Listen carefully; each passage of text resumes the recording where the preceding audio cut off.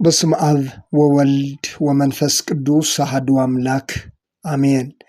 የአስተርእዮ አንድ ቲዩብ ቤተሰቦች እንደምን አላችሁ? እንደምን ቆያችሁ? በያላችሁበት ሰላም እግዚአብሔር ይብዛላችሁ።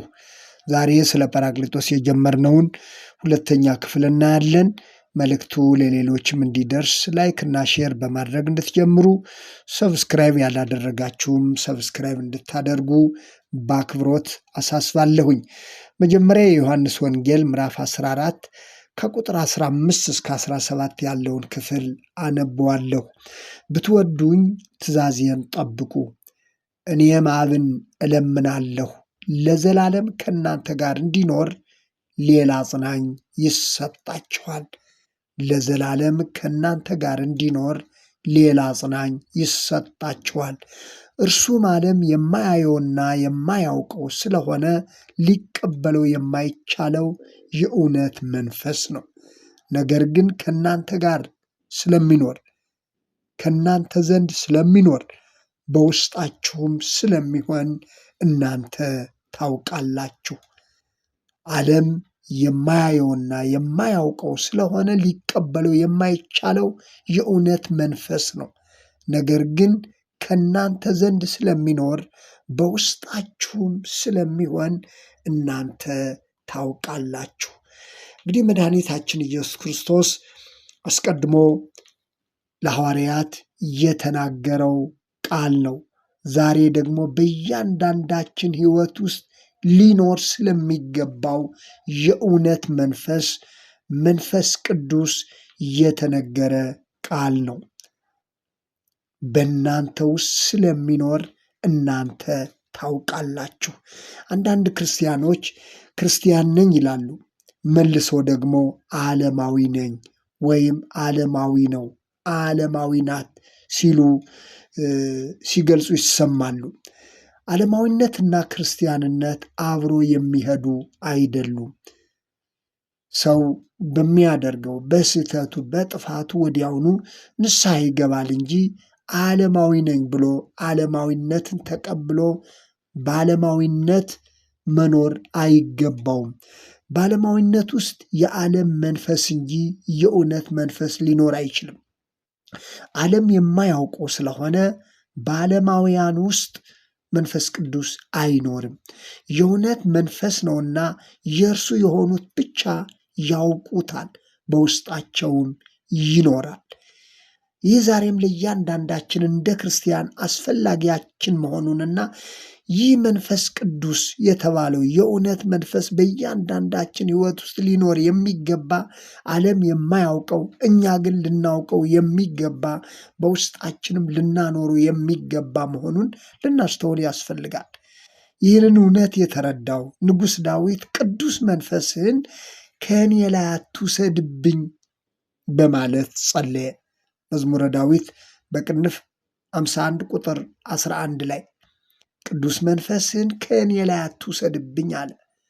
ምክንያቱም ሳኦል የተባለው የመጀመሪያው የእስራኤላውያን ንጉሥ በክፉ መንፈስ ሲሰቃይ በዓይኑ በብረቱ ዳዊት አይቶታል።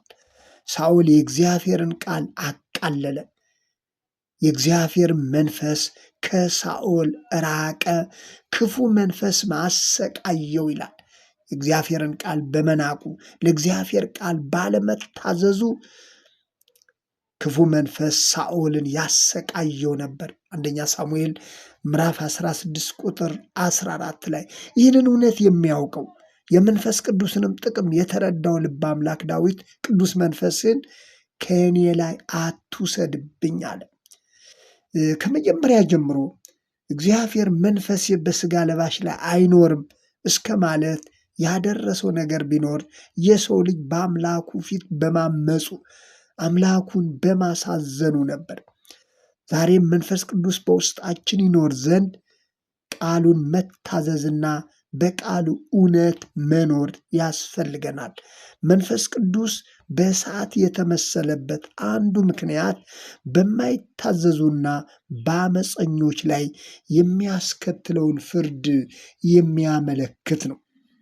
ለምሳሌ በሐዋርያት ዘመን ከሆኑት በርካታ ነገሮች መካከል በሐዋርያት ሥራ ምዕራፍ 5 ላይ ሐናንያና ሰጲራ የተባሉ ባልና ሚስት መንፈስ ቅዱስን በማሳዘናቸው መንፈስ ቅዱስን በመዋሸታቸው ምክንያት ቅጣት እንዳገኛቸው የእግዚአብሔር ቃል ያስተምረናል።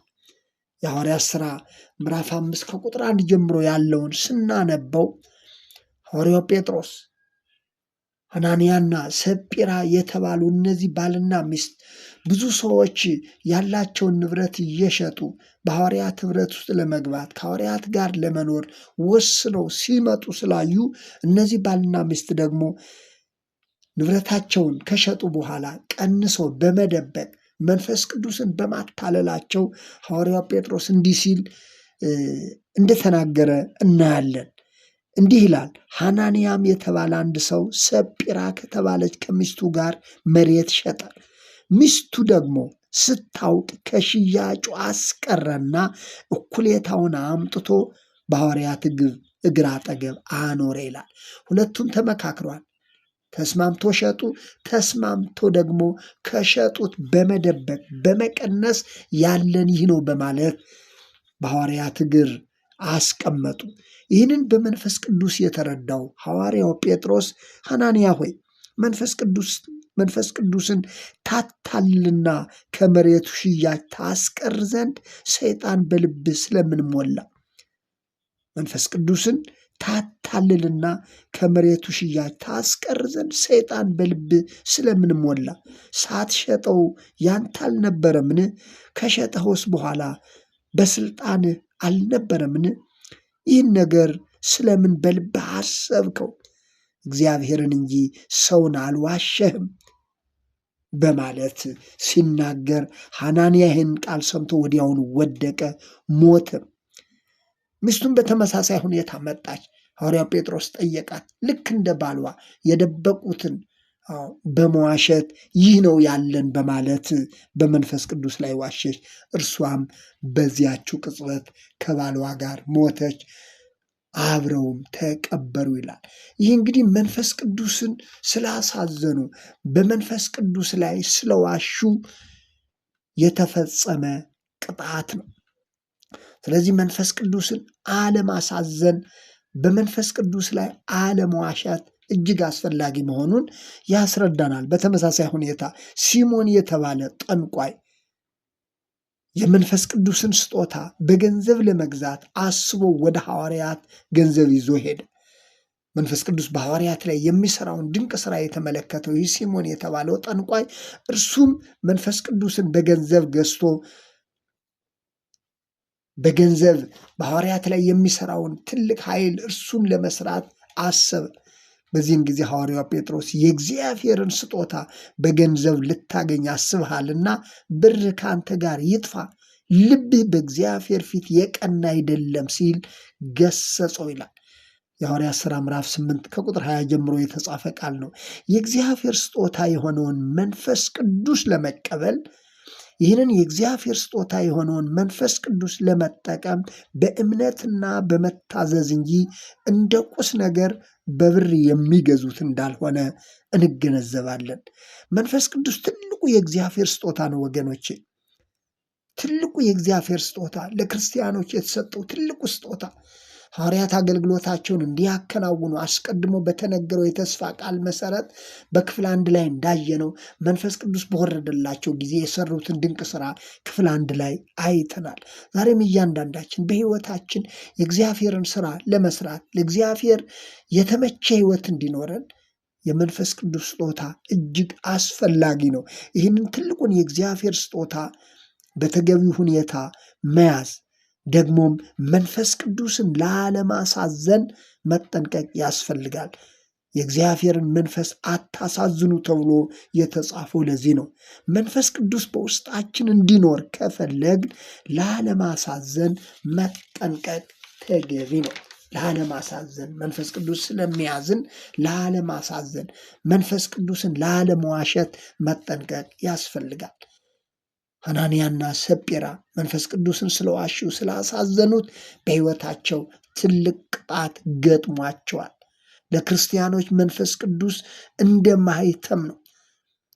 እንደ ማኅተም የክርስትና ሕይወታቸው ማረጋገጫ ነው። እንደ ማኅተም ነው። ለቤዛ ቀን የታተማችሁበት ተብሎ የተጻፈው ከዚህ የተነሳ ነው። መንፈስ ቅዱስ የሕይወት ውሃ ወንዝ ተብሏል። ጌታችን ኢየሱስ ክርስቶስ በእኔ የሚያምን የሕይወት ውሃ ወንዝ ከሆዱ ይፈልቃል ሲል ስለ መንፈስ ቅዱስ ተናገረ ተብሎ ተጽፏል። የዮሐንስ ወንጌል ምዕራፍ 7 ከቁጥር 37 እስከ 39 ተገልጾ የምናገኘው ነው። የሕይወት ውሃ ወንዝ ከሆዱ ይፈልቃል። በክርስቶስ አምነን ይህ መንፈስ ቅዱስ በውስጣችን ሲኖር በውስጣችን አንዳች መንፈሳዊ ኃይል ይወጣል ማለት ነው። በመንፈሳዊ ሕይወታችን እንዳንዝል እንዳንደክም የሚያደርግ የእውነት መንፈስ የተባለው እንደማያቋርጥ ወንዝ ከሆዳችን ሲፈልቅ መንፈሳዊ ኃይል፣ መንፈሳዊ ጸጋ በውስጣችን ሲኖር መንፈሳዊ ብርታት ይኖረናል። እንደ ቃሉ እንድንኖር መንፈሳዊ ኃይል ይሆነናል።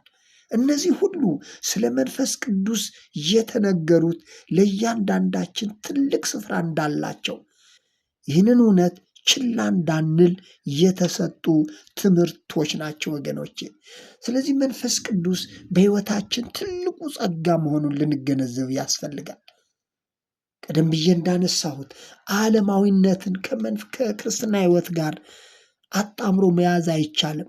ሰው በድካሙ፣ ሰው በውድቀቱ፣ ሰው በሚሰራው ስህተት ሁሉ ቶሎ ብሎ ንስሐ መግባት፣ ወደ እግዚአብሔር መቅረብ፣ በእምነት መታዘዝ፣ በቃሉ እውነት ራሱን ለመምራት መወሰን እንጂ ክርስቲያን ነኝ ብሎ እንደገና ደግሞ ዓለማዊ ነኝ በሚል ክርስትናን በዓለማዊነት ሽፋን መኖር አይቻልም።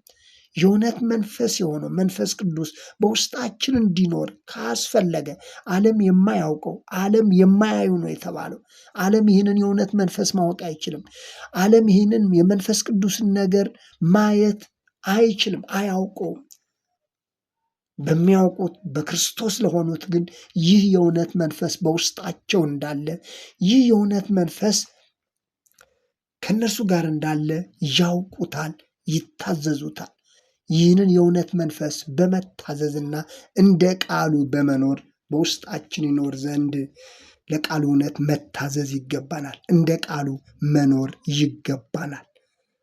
ስለዚህ ስለ መንፈስ ቅዱስ ለሐዋርያት የተነገረው በሐዋርያት ላይ የወረደው ዛሬም ለእያንዳንዳችን እንደ ክርስቲያን እጅግ አስፈላጊያችን መሆኑን ልንገነዘብ ይገባል። የጌታችን የኢየሱስ ክርስቶስ ጸጋ፣ የእግዚአብሔርም ፍቅር፣ የመንፈስ ቅዱስም ኅብረት ከሁላችንም ጋር ይሁን። አሜን።